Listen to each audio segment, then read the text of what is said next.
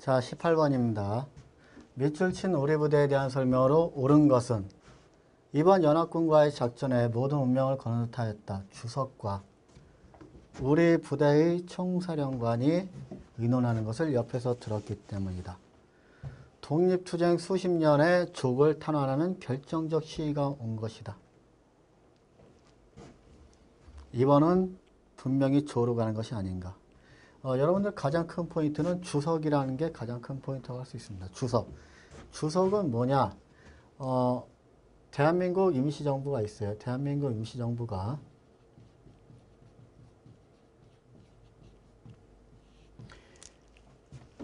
이봉창, 윤봉길의 의거, 특히 윤봉길의 의거로 인해서 중국 정부의 엄청난 지원을 받게 되기도 하지만 일본한테 쫓게 됩니다. 그래서 32년부터 이제 상하이를 떠나서 계속 이제 중국 국민당 정부와 함께 이동을 하게 돼요. 그리고 드디어 40년에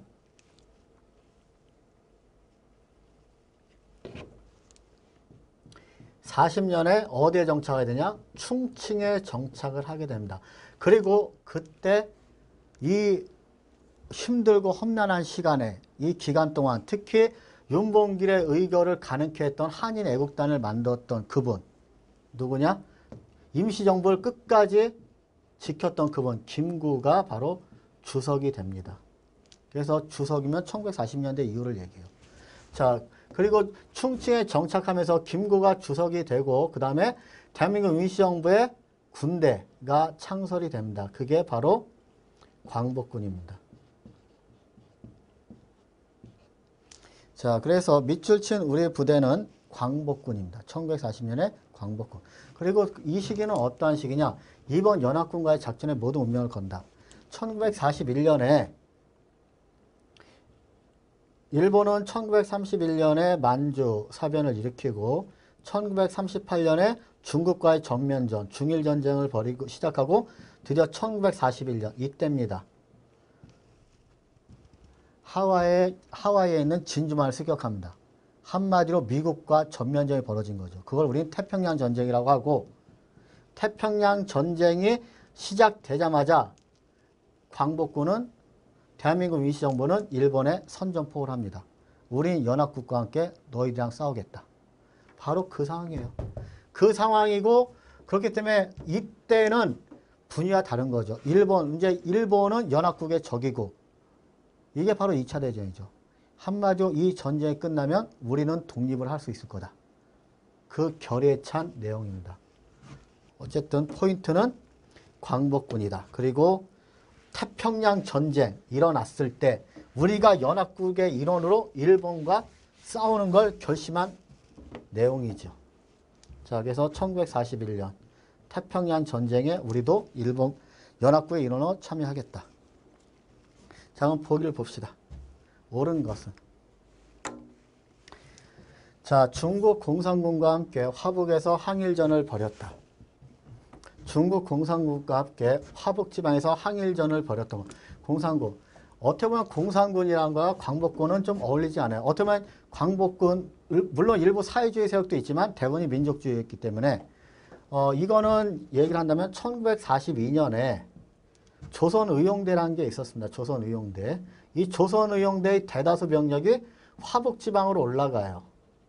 그리고 1942년에 그 화북지방에서 결성된 뭐가 있냐? 조선의용군입니다. 고로 답이 될 수 없죠. 자, 만주에서 중국 의용군과 연합작전을 수행하였다. 만주에서 중국 의용군과 연합작전을 수행했다. 이거는 어떠한 얘기냐? 1931년에 일본은 만주를 침공을 합니다. 이게 바로 만주 사변이고, 자, 이때 만주에 있던 중국군과 그 다음에 조선군이 연합을 합니다. 이게 바로 한중연합군이죠. 한중연합군 활동을 했고, 중국 의용군과 연합작전을 수행한 건 누구냐? 조선혁명군입니다. 그리고 일단 연도부터 틀려요. 이건 30년대 전반. 그리고 조선혁명군. 당연히 답이 될 수가 없죠. 자, 그리고 중국 관내에서 조직된 최초의 한국인 군사 조직이었다. 이 중국 관내를 여러분들은 좀 헷갈려 하는데 중국 관내라는 거는 중국이란 나라가 워낙 넓어요. 그러면 관내를 얘기한다면 어떻게 보면 만주를 제외한 지역을 얘기합니다. 그래서 중국 관내에서 조직된 최초의 한국인 군사 조직은 바로 이 조선의용대입니다. 1938년에 결성됐던 조선의용대. 말이 안 되죠. 자, 그럼 뭐 답이 4번인데 조선 광복군은 대한민국 임시정부의 부대였던 광복군은 1941년 일본이 태평양 전쟁을 벌이자 대선전포고를 하고 연합군과 연합작전을 펼칩니다. 그 대표적인 것들이 인도, 미얀마 전선에서 영국군과 공동작전을 펼치죠. 자, 그래서 답은 4번이 됩니다. 자, 이거는 여러분들이 이제 어떻게 보면 굉장히 어려운 부분이에요. 무장투쟁 부분이지만 일단 보기하고 답이 너무 쉬워요. 광복군이 이 정도 했다는 건 웬만한 사람들 다 압니다. 근데 여러분들이 이런 디테일한 것도 풀 수 있을 정도로 조선의용대, 의용군 구별할 수 있도록 그런 것도 좀 알아두시면 좋을 것 같습니다. 어쨌든 가장 근대사에서는 가장 어려웠던 무장투쟁 부분이 나왔지만 광복군이었기 때문에 답쓰기는 쉬웠던 문제였다. 그렇게 보시면 됩니다.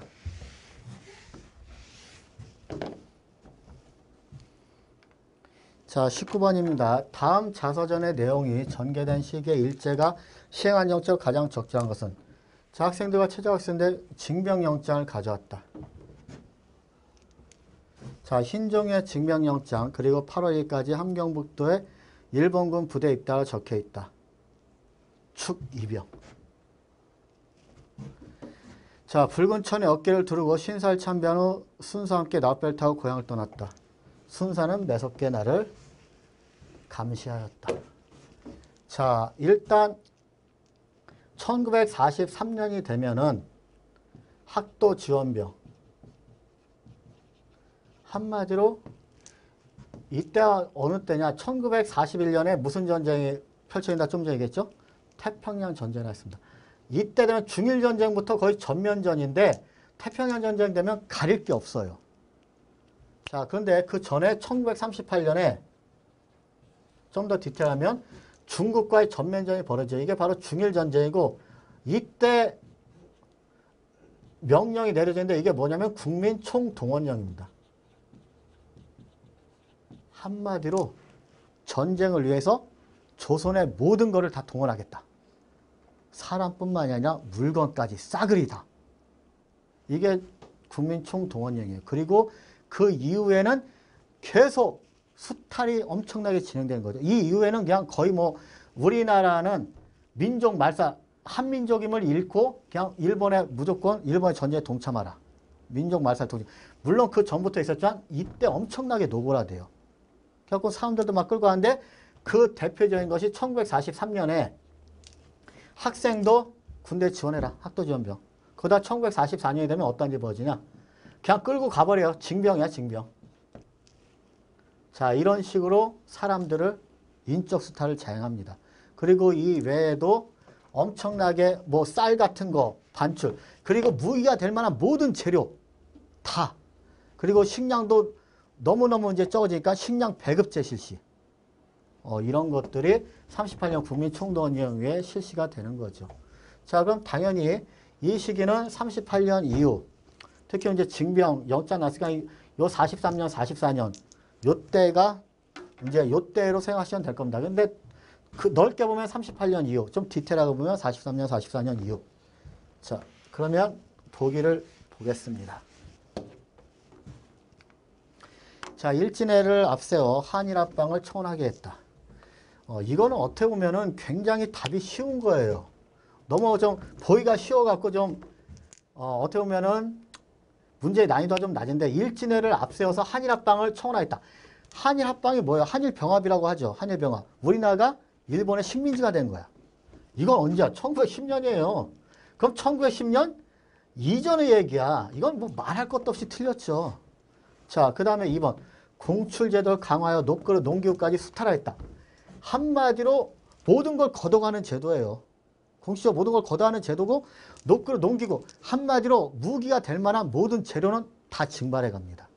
그러니까 한마디로 뭐 쇠로 만든 거 모든 거 다 뭐예요? 국민 총동원령의 일환이죠. 자, 고로 2번이 답이 되죠. 자, 그럼 계속 보겠습니다. 우가키 총독이 농촌개발 명분으로 농촌진흥운동을 주장했다. 뭐 우가키 총독 굳이 알 필요 없습니다. 자, 근데 농촌진흥운동 요거 정도는 여러분이 아셔야 돼요. 농촌진흥운동은 뭐냐? 1910년대 토지조사 사업으로 농민들이 너무 힘들어. 1920년에 산미 증식계획으로 농민들이 너무 힘들어. 농민들 불만이 아주 너무 폭발할 정도 있으니까 어떻게 농민을 달래기 위해서 야, 니네가 이렇게 힘든 거는 우리 일본 때문이 아니라 니네들의 정신 상태가 나약하기 때문이야. 이런 걸 강조하는 운동이 농촌진흥운동이에요. 그래갖고 뭐 농촌 생활 개선하자 막 이따위 얘기. 자, 한마디로 농민들 불만을 무마하기 위해서 했던 건데 이게 진행된 건 1930년부터 1940년까지입니다. 길게 잡아야. 근데 문제는 주장했다는 거예요. 주장. 그럼 1930년 이전이겠죠. 당연히 말도 안 되는 거죠. 4번 헌병 경찰이 칼을 차고 민간의 치안 및 행정 업무를 처리하도록 하였다. 헌병 경찰 나오면 여러분들 무조건 1910년대라고 생각하시면 됩니다. 1910년대는 어떻게 보면 헌병이 군인들의 경찰이 헌병의 MP라고 부르죠. 밀리터리 폴리스. 한마디로 군인들 경찰이 민간인들 처분하는 거예요. 민간인들 처리하는 거. 그때 굉장히 무식해요. 이 시기를 우리는 무식하고 단순하다. 물론 딱 그 뜻은 아니지만 무단 통치 시기라고 합니다. 그리고 이때 대표적인 게 바로 경찰 업무를 헌병이 했다. 헌병경찰. 1910년대. 말이 안 되죠. 답은 2번이 정확합니다. 자, 이거는 여러분들이 이제 1901제강점기에 시대 구분만 기본적으로 하시면은 충분히 풀 수 있는 문제입니다. 참고로 1910년대에는 헌병의 경찰을 하는 헌병경찰 무단 통치 시기였고 3.1운동 이후에는 좀 달래요. 그래서 문화통치 시기라는데 본질은 뭐냐? 민족을 분열시키는 거죠. 친일파 양성하는. 그리고 30년대는 아까 얘기한 대로 민족 말살, 특히 38년 중일전쟁 이후에는 국민총동원령으로 그냥 한마디로 대대적인 수탈을 진행했다. 그 정도 아시면 됩니다. 자, 그리고 이제 20번입니다. 대망의 20번. 자, 가와 나인문에 대한 설명으로 옳은 것은. 이거 엄청난 빈출 문제예요. 가와 나.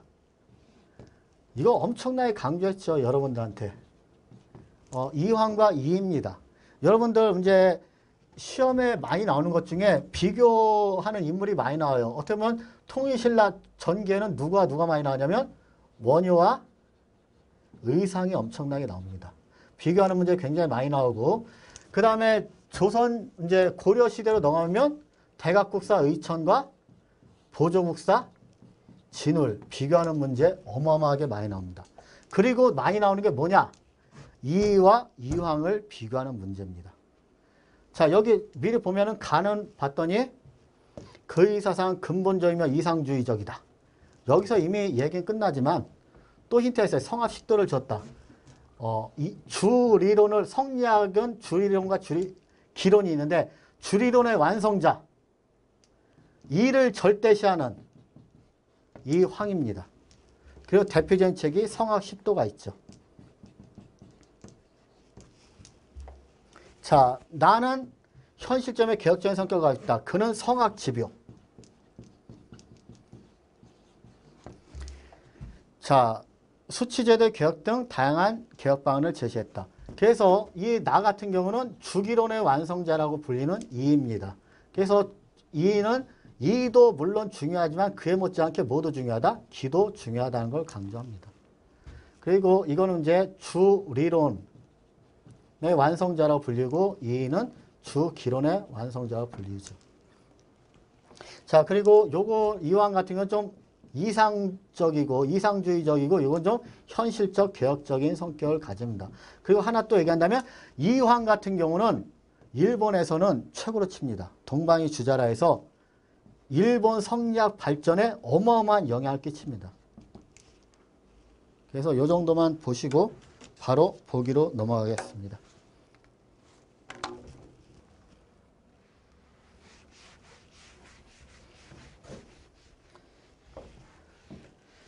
자, 가히 사상은 일본 성리학 발전에 영향을 끼쳤다. 이건 문제를 주는 거예요. 어떻게 보면 문제가 이번 지방직 같은 경우는 좀 어려울 것 같았는데 보기를 보면 너무 쉬워. 자, 이황의 사상은 일본 성리학의 발전에 영향을 끼쳤다. 맞죠? 자, 옳은 것을 찾으니까 그냥 1번이 답이 되네요. 자, 그러면 왜 나머지는 답이 안 되냐? 자, 가는 도학의 입문서인 경몽요결을 저술하였다. 경몽요결을 저술한 건 이입니다.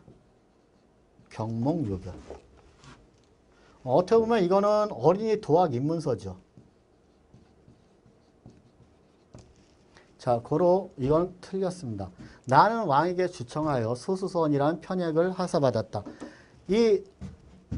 요거는 이인데 왕에게 주청하여 소수선이란 편액을 하사받았다. 이거는 이황입니다. 고로 틀리죠. 참고로 이 이황은 이게 어떠한 얘기냐? 중종 때 주세봉이라는 사람이 백운동서원이라는 걸 세워요. 자, 그리고 이제 이황이 이 백운동서원을 봤더니 명종 때 이 백운동서원이 하는 일이 너무나도 훌륭하다. 그래서 이런 훌륭한 일을 하는 곳에는 뭔가 국가의 지원이 필요하지 않겠냐. 그래서 많은 재물이나 토지 이런 것들을 하사해요. 그래서 이 백운동서원이 하사받죠. 많은 액을. 그래서 사액서원이 되면서 한마디로 이름도 바꿔줘요. 무슨 서원이 되냐? 백운동서원이 소수서원으로 바뀝니다. 누구의 건이냐? 당연히 이황의 건이죠. 자, 근데 여기 나는 2니까 틀립니다. 자, 그리고 자, 나는 이는 향촌사회의 도덕적 질서를 안정시켜 예한향약을 만들었다. 이가 만든 향약은 해주향약입니다. 예한향약은 이황이고 이가 만든 대표적 향약은 해주향약이에요. 여기 대해서 잠깐 얘기를 한다면은 향약을 처음 보급하려고 했던 분은 조광조죠. 중종 때. 근데 전국적으로 보급이 안 돼요. 왜냐? 김효성한테 죽으니까. 그리고 이황이나 이를 거쳐서 전국적으로 향약이 보급이 됩니다. 고로 4번은 틀렸죠. 그래서 답은 1번이 되게 됩니다. 이 문제 같은 경우는 어떻게 보면 굉장히 어려울 수도 있었지만 1번에서 일본 성리학 발전에 큰 영향을 끼친 건 이황이 너무 당연하기 때문에 어렵지 않게 여러분들은 답을 쓸 수 있었을 겁니다. 자, 총 이렇게 지방직도 20문제를 풀어봤습니다. 여러분들이 꼭 기억하셔야 될 건 뭐냐면 국가직도 해설했고 지방직도 해설했는데 보시면은 나왔던 문제 비슷하게 또 나옵니다. 그래서 제가 얘기했잖아요. 기출문제의 중요성은 결코 아무리 강조해도 지나치지 않다. 그렇게 하고 얘기한 대로 문제를 푸는 거에서 그치지 않고 이게 왜 맞았냐 정답만 찾는 거는 문제를 그런 건 제대로 된 문제풀이가 아니에요. 정답 이게 맞고 그럼 나머지 왜 틀렸는지까지 확실히 알고 그리고 거기서 더 나아가서 그럼 어떤 유형의 문제가 많이 나오냐. 대표적으로 이건데 이황과 이를 비교할 수도 있는 이런 것까지 해야지 여러분들이 제대로 공부를 한 겁니다. 참고로 이제 하나 덧붙이자면 성악 10도 같은 경우에는 이황은 이를 중심했으니까 군주 짱이에요. 군주 우선. 군주 스스로 깨우치라는 거고 이거 성악 12호는 성리학의 요점을 신하가 군주에 가르치자는 그런 또 뜻이 있습니다. 10가지 그림, 성리학의 10가지 그림, 근본 원리를 그린 그림. 이건 군주 스스로 깨우치기 쉽잖아요. 이런 식으로 이해하는 것도 괜찮습니다. 그래서 요 정도는 여러분들이 반드시 기억을 하시기 바랍니다. 그래서 마무리 지면서 하고 싶은 말은 여러분들 기출문제 굉장히 중요하다. 그리고 기출문제 풀 때는 이렇게 좀 디테일하게 풀면 대충 1000문제 푼 것보다 제대로 200문제 푼 게 훨씬 낫습니다. 자, 이 기출문제 해설이 여러분에게 도움이 되길 바랍니다. 지금까지 지어주셔서 감사합니다.